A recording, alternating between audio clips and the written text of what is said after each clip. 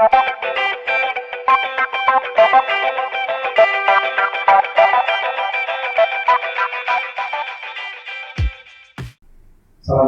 warahmatullahi wabarakatuh. Waalaikumsalam warahmatullahi wabarakatuh. Alhamdulillahirabbil alamin wa bihi nasta'in ala umuri dunya. Asyhadu an la ilaha illallah wa asyhadu anna Muhammadan abduhu wa rasuluh la nabiyya ba'dahu. Allahumma shalli ala Muhammad wa ala ali Muhammad. Ya ayyuhalladzina amanu wa iyaya fattaqullah faqad fazal muttaqun. Allah Ta'ala fil Qur'anil Karim, a'udzu billahi minasy syaithanir rajim. Wa man ahsanu qawlan mimman da'a ila Allah wa 'amila shalihan wa qala innani minal muslimin. Yang saya cintai moderator sudah memposisikan dirinya sebagai orang yang moderat agar tidak terkesan KKN. Dia mendahulukan saya dari Ustaz Mustafa Umar. Yang berbahagia Ketua MUI dari Bangka Belitung, Profesor Alimin Koto, hadirin dan hadirat para ulama-ulama dan tokoh agama Provinsi Riau yang dirahmati Allah. Dalam jadwal sebetulnya saya yang terakhir, tapi hari ini diminta yang di tengah. Judulnya juga bagus, Islam berkemajuan, progresif Islam. Saya berbicara sebentar tentang asbabun nuzul dalam tafsir. Pakarnya ada asbabun nuzul dalam hadis. Dulu ketika Jamaluddin Al-Afghani ke Mesir, Jamaluddin Al-Afghani diusir dari Mesir, dia ke Inggris. Di Inggris terjadi dialog yang sangat hebat dengan intelektual di sana, termasuk Profesor Ernest Renan. Menurut banyak pihak, pandangan negatif Ernest Renan terhadap Islam itu dipupus habis oleh kecerdasan Jamaluddin Al-Afghani. Intens mereka berdialog. Dalam salah satu dialog, Ernest Renan bertanya kepada Jamaluddin Al-Afghani, Anda sudah ceritakan kepada saya hebatnya ajaran Islam. Dia berbicara tentang hal-hal yang universal, tapi dia juga berbicara tentang hal-hal yang lokal. Dia bicara tentang hal-hal kecil yang ada di teluk-teluk bumi, tapi dia juga berbicara tentang hal-hal besar yang ada di angkasa. Oleh karena itu, saya hanya bertanya satu pertanyaan saja. Tolong tunjukkan kepada saya mana sampel dari negara Islam yang sesuai dengan konsep-konsep yang sudah Anda ceritakan kepada saya selama ini. Terdiam Jamaluddin Al-Afghani pada waktu itu, sehingga Ernest Renan tersenyum. Ternyata Islam itu agama teori, tidak agama praktis. Dia teoritis tapi tidak praktis. Sebab realitas pada waktu itu umat Islam memang rata-rata dijajah dan terbelakang. Kita maju dalam konsep tapi mundur dalam kenyataan. Beberapa tahun kemudian, seorang ulama dari Pontianak menulis surat kepada gurunya ulama itu bernama Muhammad Batumi. Dia menulis surat kepada gurunya, Syekh Muhammad Rabi Ridha. Surat itu hanya berisikan 2 pertanyaan. Syekh, tolong Anda jawab, kenapa umat Islam mundur? Dan yang kedua, kenapa orang Barat mati? Terdiam Muhammad Rabi Ridha pada waktu itu.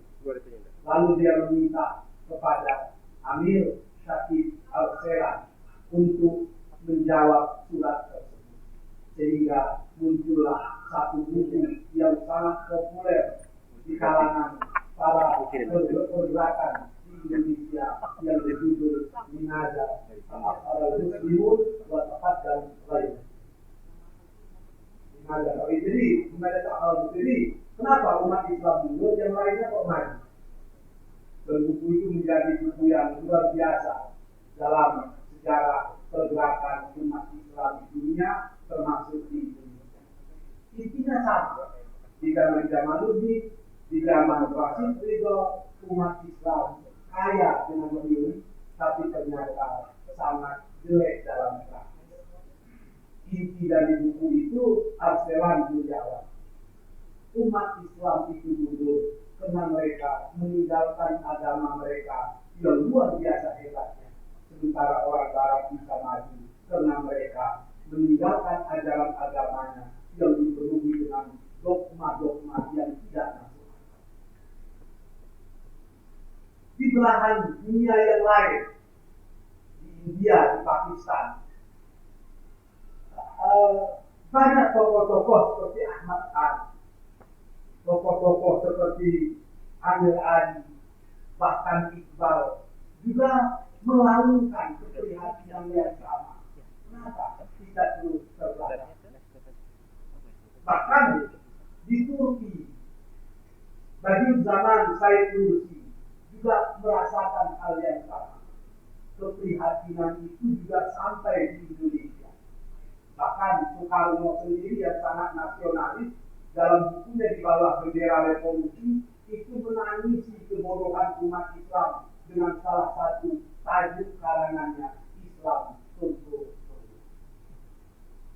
Itu yang terjadi. Rentetan-rentetan itu terus terjadi, sehingga buku Arselan itu belum lagi menjadi jawaban, tapi hanya sekedar tesis yang menghasilkan antitesis. Untuk streamingnya. Mudah-mudahan Profesor Alaidin Kutula yang melanjutkan jilid kedua, jilid ketiga dari tulisan asli Arselan, sehingga ada solusinya, bukan sekedar permasalahan. Lalu aspek-aspek kemunduran itu tidak hanya terjadi abad ke-18, 19, 20. Saya kemarin membuka internet, Muktamar Alam Islam yang di Turki kemarin, ceritanya tidak sama. Ya. Oh ya. Mereka sepakat menyatakan umat Islam ini mundur. Ada 3 penyakit umat Islam, kata mereka. Yang pertama, at-tahannut, kemunduran. Yang kedua, kita terjebak dengan zahiratul irhab, isu-isu terorisme. Mana yang teroris yang betul, mana yang dibetul-betulkan, dan mana yang diteroriskan. Kita bingung. Dan yang ketiga, al-fahmul qatir lil Islam. Kita terbentur dengan pemahaman yang salah terhadap ajaran Islam. Ada yang bergelut dengan pemahaman Islam liberal, tapi ada pula yang hanyut dalam pemahaman Islam radikal. Sehingga orang bingung bagaimana Islam yang sesungguhnya. Bahkan seminar yang terakhir yang berbicara tentang the challenge of ummah itu juga sama, menyatakan umat Islam dalam kemunduran. Penyebab mundurnya Islam itu ada 4. Yang pertama, sektarianisme. Ada bilik-bilik. Kalau umat umat Islam di Bangka Belitung tersisih, itu umat Islam di Riau tidak merasa tersisih karena sekaya. Seperti di Ejek, Muhammadiyah tidak merasa terusik karena sekaya. Hilangnya kata Al-Bana, Al-Wihdah, Al-Islamiyah itu sudah hilang. Padahal seharusnya ketika Muhammadiyah diejek, itu berarti harus tertimbun. NU harus tertimbun. Ketika NU diejek dan Muhammadiyah juga harus tertimbun. Dalam hal-hal tertentu, sekalian itu harus dihilangkan demi tujuan yang lebih besar. Jadi ketika Palestina diobrak-abrik, negara-negara Arab yang di sekelilingnya itu masih bisa tertimbun. Dan itu terjadi. Yang kedua katanya, muncul sekularisme.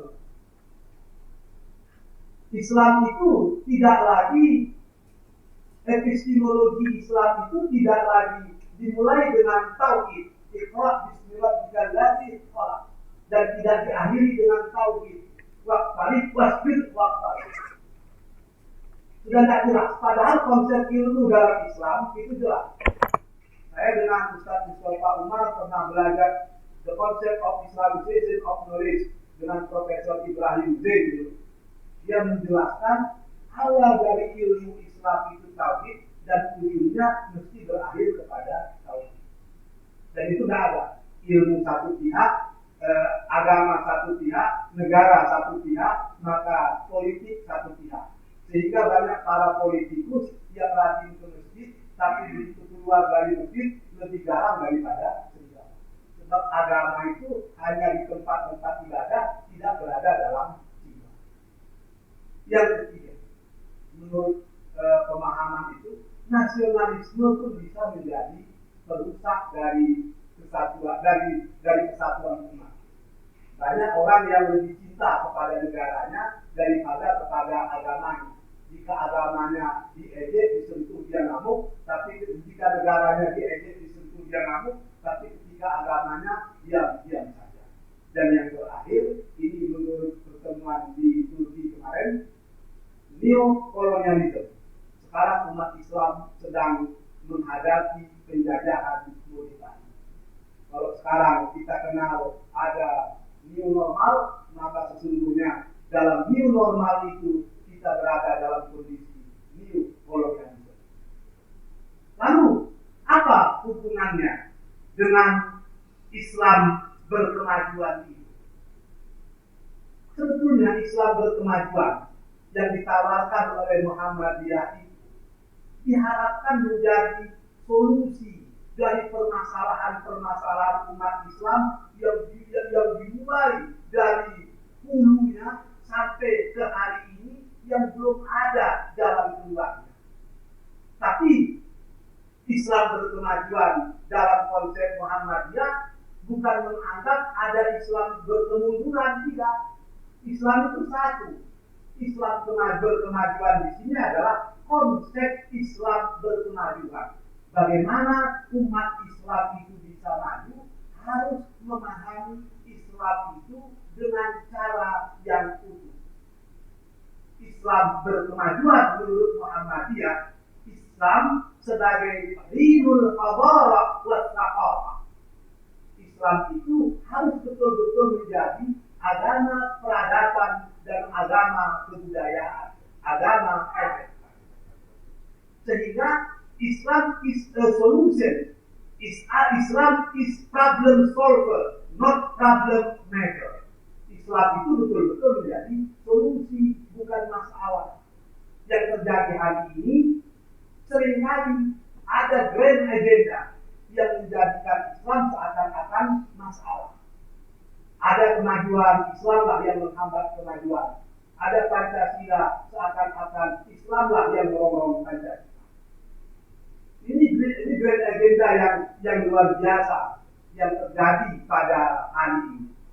Lalu Islam berkemajuan dalam perspektif Muhammadiyah adalah Islam yang berbasis tauhid.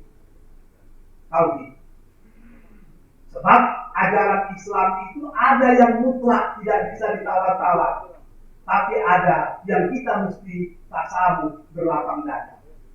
ajaran tauhid itu tidak bisa ditawar-tawar. Inna dina indallahil Islam. Wa may yabtaghi ghairal Islami dina, itu jelas.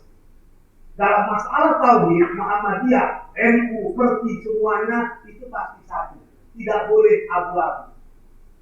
Saya suka mengulang-ulang pantun yang diajarkan Pak Ilman Majid kepada saya itu, bahwa kita dalam bertauhid ini tidak boleh berabu-abu. Kata beliau, Datuk Mangguang manggaleh padi di Jamua di Aceh sama Islam tangguang kapian tak jadi entah di mati tak ada. Jangan abu-abu itu.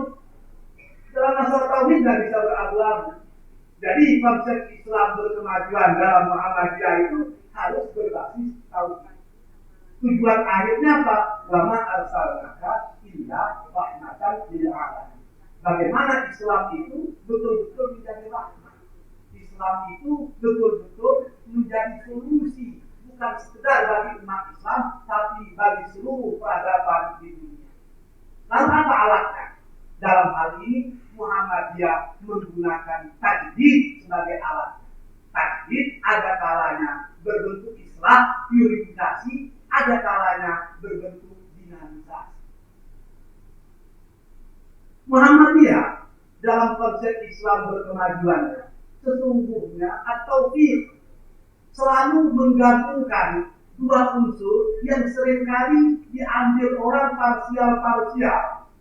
Ada orang yang lebih cenderung kepada akal merupakan wahyu. Ada yang sangat tekstual membunuh akal. Maka Islam berkemajuan ala Muhammadiyah itu coba memajukannya. Fungsi akal itu menjelaskan kebenaran wahyu dan fungsi wahyu membimbing akal agar tidak lari terlalu luas dari porsi akal yang itu. Maka dalam pemahaman nas Muhammadiyah itu sangat jelas. Yang pertama, ma'rifatul nusus. Kalau kita mau betul-betul paham tentang peradaban Islam itu, yang pertama ma'rifatul nusus. Harus betul-betul dipahami nas itu.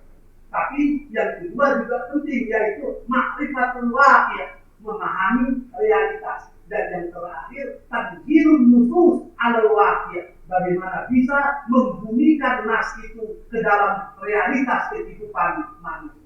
Sehingga agama itu bisa dibumikan dan filsafat itu harus dilangitkan. Agama bukan sekedar wahyu, tapi merupakan konsep hidup, tapi akal tidak boleh lepas daripada bimbingan wahyu.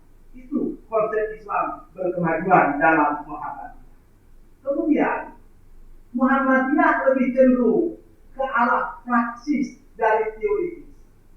Ketika kita bicara inna a'toina kal-kautsar, maka Muhammadiyah akan mendirikan fakultas peternakan. Kenapa? Sebab ayat itu hanya berbicara tentang sholat dan berkurban. Kalau dipahami secara teks, umat Islam hanya sholat dan berkurban.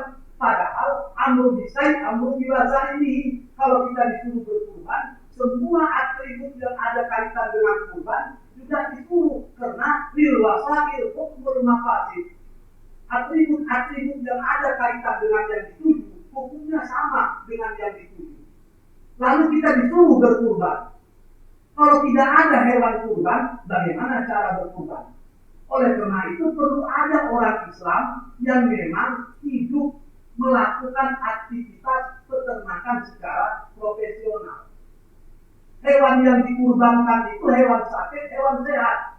Untuk mengetahui sakit tidak sakitnya hewan, jangan tanya dengan dokter hadis, harus tanya dengan dokter hewan. Kalau ditanya dengan dokter hadis, jawabannya pasti berbeda. Ketika kita bawa hewan kurban kepada dokter hadis, dia akan bertanya, hewan ini bagaimana syaratnya? Bagaimana matanya? Kalau demikian, maka hewan ini mutawatir. Itu tidak bisa. Jadi ayat itu dipahami oleh Muhammadiyah, harus ada orang yang menjadi peternak profesional, harus ada yang pakar di bidang perhewanan. Untuk itu perlu ada fakultas peternakan, fakultas kesehatan hewan.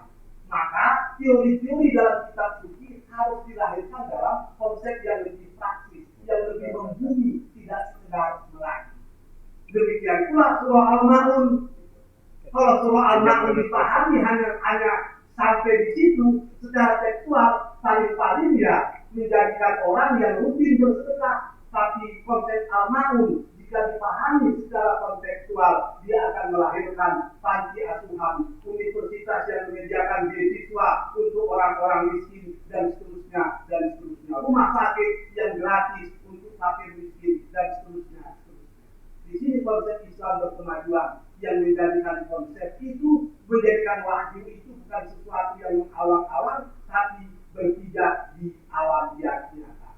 Dan yang terakhir mungkin konsep Islam berkemajuan bagaimana mampu mendudukkan antara konsep-konsep universalitas dalam agama Islam dan konsep-konsep lokalitas yang ada dalam kenyataan. Bagaimana yang universal bisa menaungi yang lokal, dan yang lokal yang tidak bertentangan dengan yang universal yang kita kenal dengan kearifan lokal itu tetap kita pelihara. Saya rasa itu yang bisa saya sampaikan. Mungkin akan banyak didiskusikan pada kesempatan yang akan datang. Wabillahi taufiq wal hidayah. Assalamualaikum warahmatullahi wabarakatuh. Waalaikumsalam warahmatullahi wabarakatuh. Baik, kita langsung ke Buya Dr. Khairul Hamid untuk menanggapi beberapa pertanyaan dengan tema yang telah disampaikan oleh para peserta.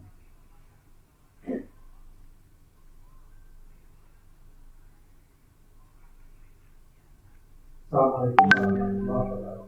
Waalaikumsalam warahmatullahi wabarakatuh.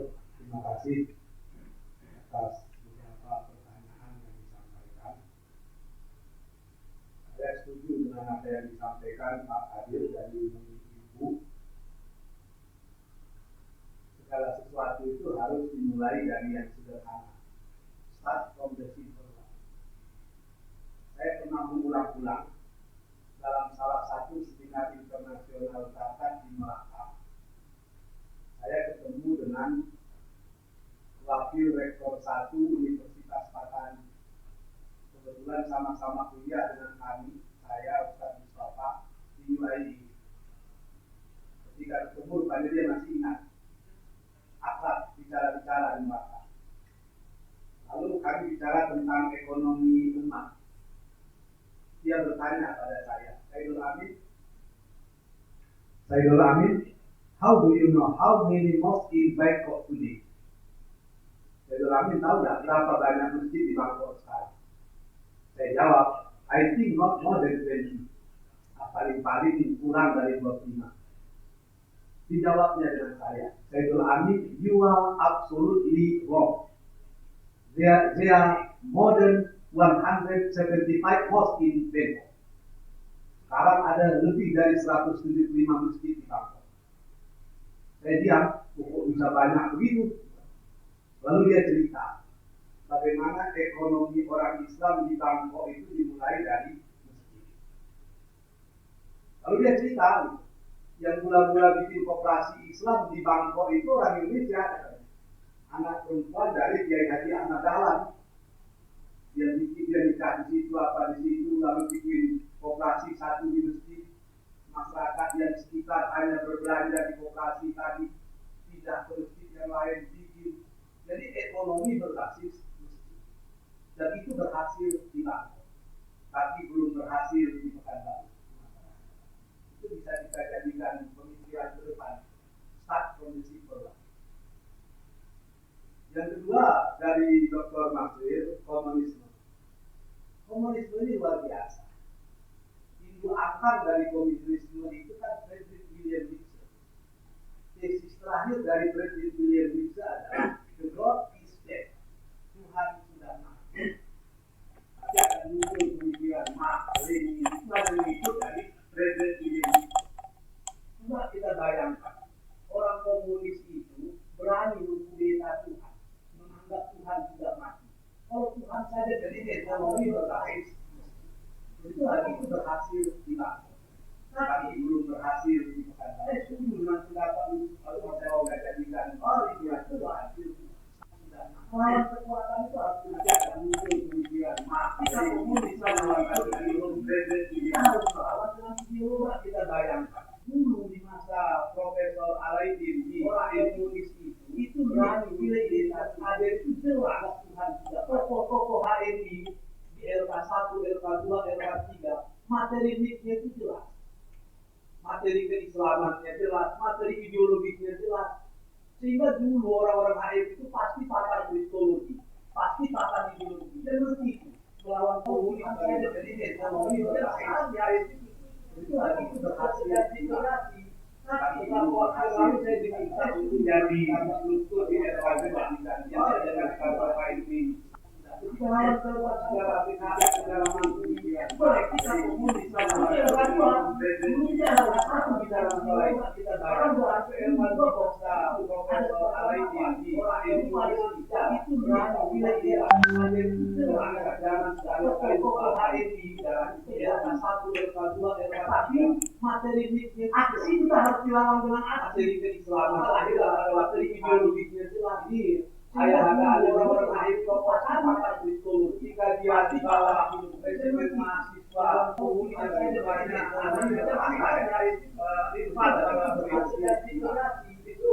itu memang jadi punya rakyat mereka punya ideologi